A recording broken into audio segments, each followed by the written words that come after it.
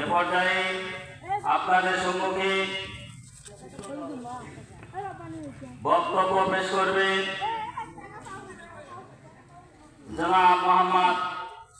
জনাব S M Rashedul Alam সবুজ ভাই, সহ সেক্রেটারি জয়পুরা বাংলাদেশ জামাতে ইসলামী জয়পুরা জেলা শাখা।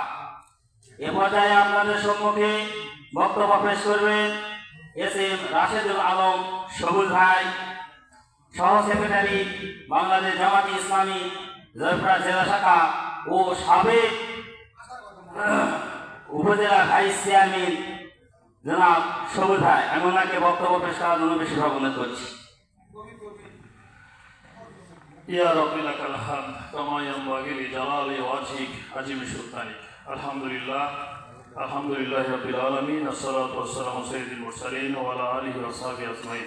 আহমাদুহু ওয়া রাসূলুহুল কারীম, আম্মা বা'দ। আউযু বিল্লাহি মিনাশ শাইতানির রাজীম। বিসমিল্লাহির রহমানির রহিম।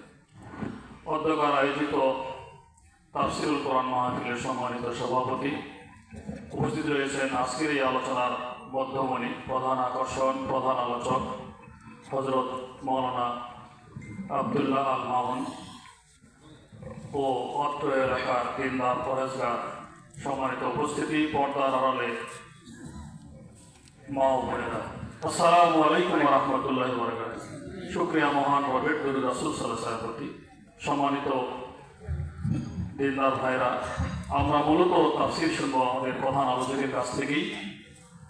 আমরা রেওয়াজে পরিণত হয়ে গেছে যে আমাদের এলাকার মানুষের এই আলোচকদের মাঝে মাঝে কিছু চিন্তা করানো। এখানে আমার নাম দেওয়ার ব্যাপারে বহুবার ফোন দিয়েছেন, আমি এমনি যাব, নাম দিবেন না। তো যাই হোক, গফুর ভাই বারবার ফোন দিচ্ছিল, এই জন্য আসলাম। সেই কলম গাড়িতে ছিলাম আমি, এসা ওখানে একটা প্রোগ্রাম শেষ করে আবার এখানে আসলাম। তো আপনাদের সকলকে মোবারকবাদ, ধন্যবাদ। আমরা একটা 17 বছর দীর্ঘ পথ পারিক্রম করলাম, যা আমাদের খুব নাভিশ্বাস হয়ে গেছিল। আল্লাহ আমাদেরকে সুন্দর করে পরিবেশ দান করার জন্য আল্লাহ শুকরিয়া আদায় করছি। আপনারা চেষ্টা করবেন যে এই পরিবেশ অব্যাহত থাকবার জন্য নিজেরা অবস্থান থেকে ভূমিকা রাখবেন। আবার যেন আমাদের কোনো জালেমের হাতে পড়তে না হয়, আমাদের আবার যেন এরকম কোরআনের মাহফিল বন্ধ না হয়ে যায়, 40 ধারাধারি না হয়। অনেক ক্ষেত্রে আপনারা দেখেছেন অনেকগুলো শর্ত দিয়ে অনুমতি নেওয়ার পরেও প্রধান আলোচকের সাথে একটু হয়তো হক কথা বেঁধে আসলেই একদম প্রকাশ শ্রেণীর মানুষজন এসে মাইক্রোফোন কিনে নিয়েছে, বক্তায় অপমান করেছে, কোথাও কোথাও বক্তায় গ্রেপ্তার করা হয়েছে, মামলা হয়েছে, আহত করা হয়েছে। এইরকম পরিবেশ আগামী দিনে যারা না আসে, সেজন্য আমাদেরকে সতর্ক থাকতে হবে। আমরা চেষ্টা করব নিজেদের অবস্থান থেকে আমরা এই পরিবেশকে ধরে রাখবার জন্য, পাশাপাশি আল্লাহ শুকরিয়া আদায় করব। বিজয়ের পরে সূরা সফে যা বলা হচ্ছে যে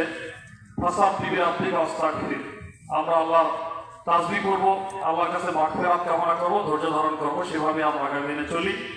আমি আমার ব্যক্তিগত পক্ষ থেকে, আমার সংগঠন বাংলাদেশ জামাত ইসলামীর পক্ষ থেকে আপনাদেরকে শুভেচ্ছা মোবারকবাদ জানিয়ে আজকের এই আলোচনার শেষ পর্যন্ত সকলকে সুন্দরভাবে থেকে মনোযোগ সহকারে শুনে তার উপর আগামী দিনে আমল করার তৌফিক আল্লাহ দান করুন।